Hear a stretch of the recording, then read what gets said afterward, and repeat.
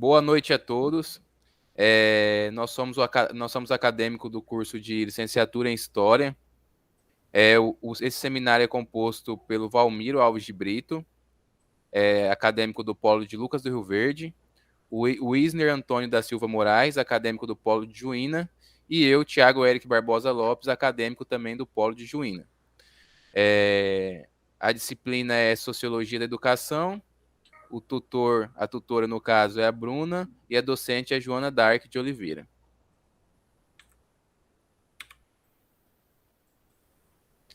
Bom, nós vamos falar um pouco sobre a vida de Émile Durkheim, um sociólogo francês. Nesse seminário, nós vamos apresentar a sua biografia, a definição de sociologia para ele e também fato social para Émile Durkheim. Biografia de David Émile Durkheim. Bom, Émile Durkheim, ele nasceu no ano de 1858 e faleceu no ano de 1917. Sua morte, segundo relatos, foi propiciada por um AVC, já de idade, ele sofreu um AVC. Ele foi um sociólogo francês e é considerado como o pai da sociologia moderna. Ele seguiu o pensamento positivista de Auguste Comte, que foi o fundador da chamada Escola Sociológica Francesa.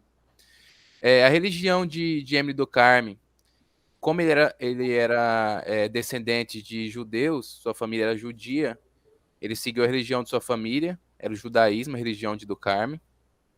Ele estudou em Paris na sua adolescência e na sua juventude também.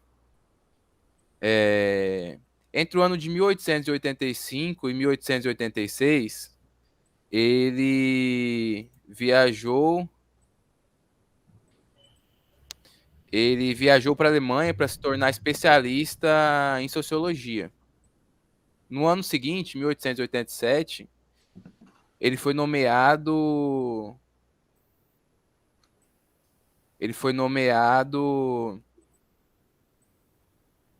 professor da primeira cadeira de Ciências Sociais associada à Educação, na Universidade de Bordeaux, no seu país de origem, a França. Émile Durkheim buscou solidificar a sociologia como uma ciência social, junto com Karl Marx e Max Weber. Eles são considerados os três principais sociólogos clássicos e os grandes renomados também, que nós mais conhecemos. Foi ele que emancipou a ideia da sociologia como uma ciência autônoma. Na época de Auguste Comte, ela não era consolidada como uma ciência autônoma. Então, foi Émile Durkheim que a consolidou. Suas principais obras são A Divisão do Trabalho Social, As Regras do Método Sociológico, O Suicídio, essa inclusive uma obra muito renomada, de grande conhecimento a nível mundial. Também As Formas Elementares da Vida Religiosa, ele falou um pouco sobre religião também, como a sociedade vê a religião, como forma a religião perante a sociedade. E uma obra importante na área da educação foi a chamada A Educação e a Sociologia. Essa obra foi publicada depois de seu falecimento, em 1922, por isso é uma obra póstuma.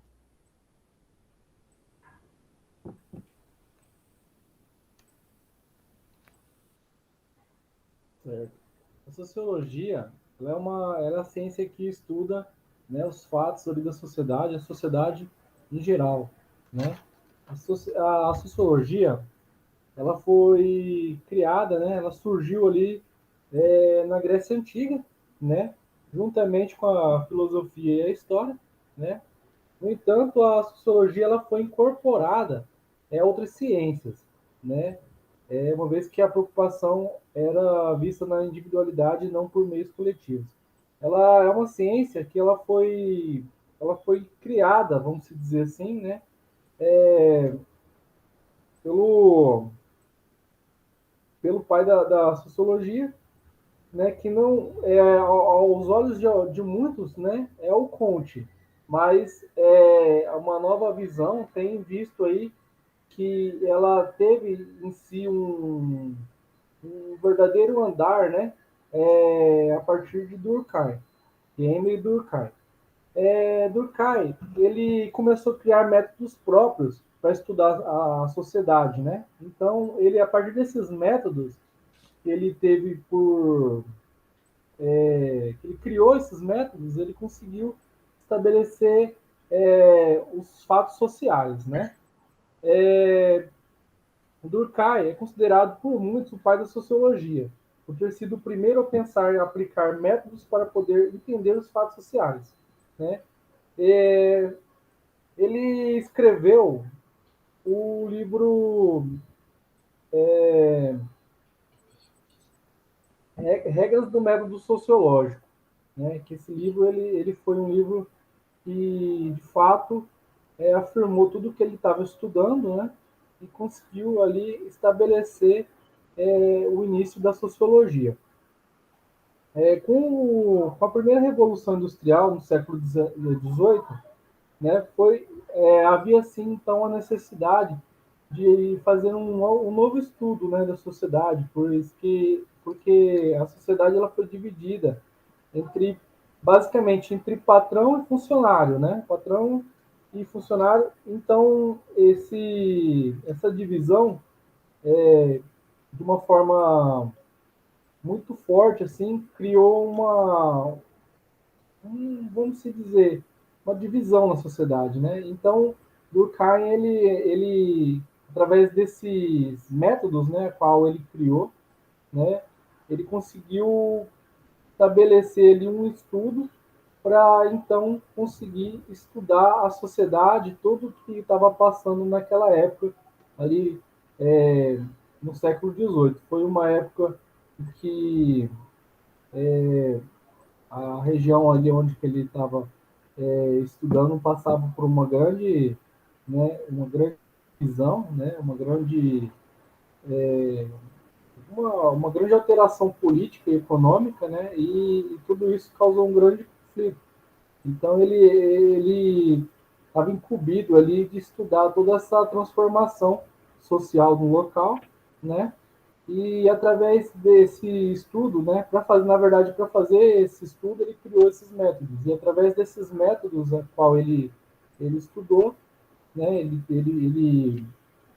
criou métodos, e esses métodos a quais ele estudou foram que deram, na verdade, início, né, ao que chamamos hoje de sociologia.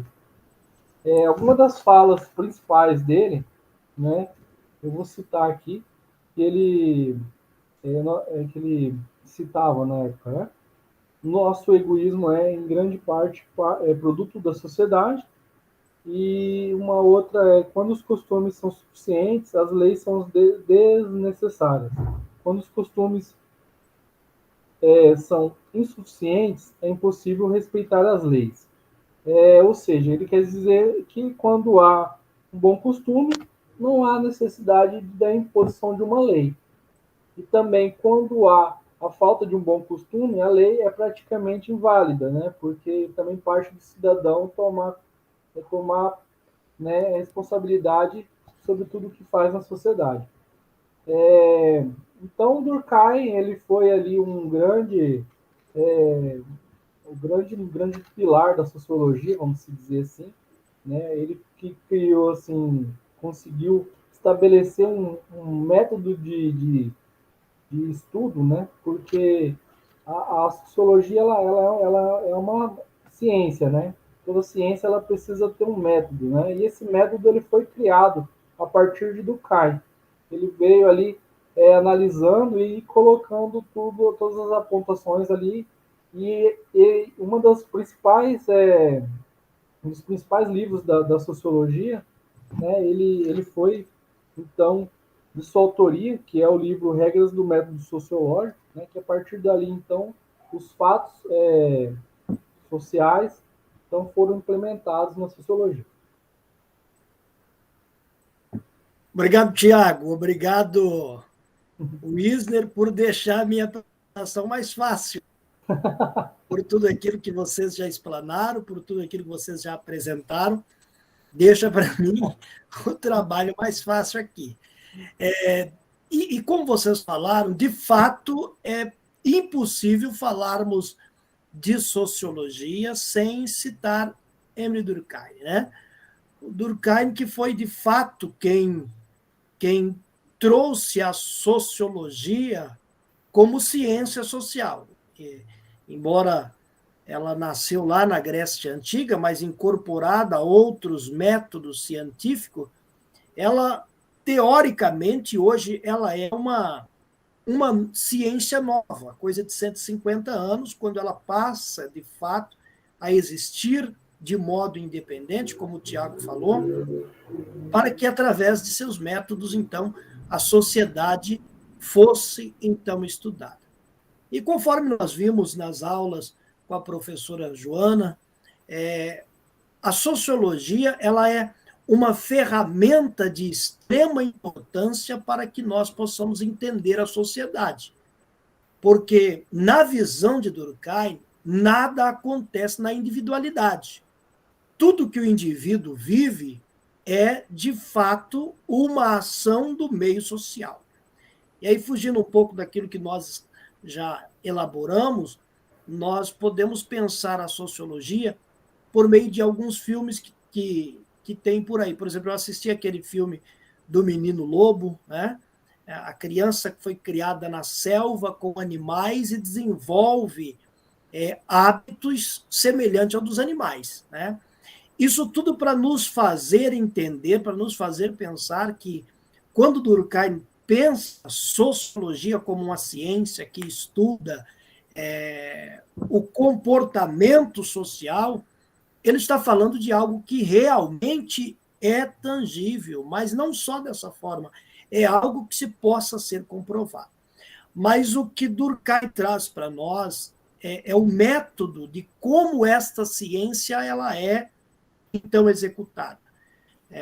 E para se estudar a sociedade, o primeiro ponto que se precisa é um fato, né? Este fato, então, ele precisa existir para que seja o objeto de estudo do cientista social. Então, o cientista social ele vai identificar um problema, ele vai perceber que esse problema ele não aconteceu de maneira natural, ele aconteceu por conta de uma coerção social, são as sanções que são impostas aos indivíduos, esta que é exercida sobre os indivíduos de maneira formal ou informal, né?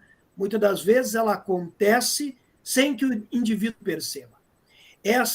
Este fato também é analisado, e, aliás, estes são os 3 pilares do fato sociológico defendido por Durkheim, a coerção social, a exterioridade e a generalidade. Então, para estudar um problema no meio social, é preciso pegar esses 3 pilares. A coerção social, que vem por sanções, como nós falamos, a exterioridade, que acontece tudo que é externo ao indivíduo, mas que influencia a vida do indivíduo. É como, por exemplo, nós podemos citar, acontece um problema na Bolsa de Valores de Nova York, e nós aqui sentimos os efeitos, né? Então, nós temos uma exterioridade que influencia na vida do indivíduo. E ele também é preciso ser analisado como algo que tem uma generalidade, que atinge um grupo de pessoas ou um número maior de pessoas. Então, eu fico feliz de poder participar com vocês desta aula muito importante e criarmos este seminário, uma vez mais com o Tiago, pela primeira vez aqui com o Wisner. Faço votos que possamos caminhar juntos para mais adiante podermos, então, ministrar em sala de aula. Na sequência, nós temos a referência daquilo que foi elaborado neste seminário, está disposta para que se possa conferir. Agradecer, então, a importantíssima presença e mediação do Tiago neste nosso seminário, como também a presença do Wisner. Muito obrigado a vocês. Muito obrigado. Queria agradecer também o Valmiro. Segunda vez que nós fazemos algum seminário junto, né? Semestre passado nós estávamos juntos também, apresentando outro seminário. O Isner é a primeira vez que nós apresentamos seminário junto. Eu queria agradecer pela elaboração e pela a presença de vocês, que é de suma importância, tanto ao longo da nossa caminhada acadêmica, e o Isner, nós estamos trocando algumas conversas agora no grupo, onde nós não se conhecíamos. E é isso, eu acredito que essa modalidade de ensino seja algo justamente para isso, para agregar e unir pessoas de diferentes localidades a um trabalho só, a um objetivo só. Obrigado. Isso, exatamente. Eu faço do Thiago minhas palavras, né? Eu agradeço muito, né, a cooperação dos amigos aí do Thiago e do Valmir, a primeira vez que a gente está apresentando junto. Eu creio que é o início de uma longa caminhada, né? A gente tem muito para aprender. E esse processo, né, ele é um processo que a gente vai se ajudando, né? Às vezes eu não sei uma coisa, o colega sabe, e a gente vai junto caminhando ali para poder apresentar algo que seja melhor ali, né? Juntos, né? Eu agradeço muito a oportunidade, até agradecer também aos professores, o professor que elaborou aí a oportunidade desse seminário, né? Que é mais uma oportunidade que a gente está aprendendo junto. Eu sou muito grato, né, pelos colegas aí que me ajudaram aí nesse novo processo aí. Também conto com vocês nessa caminhada.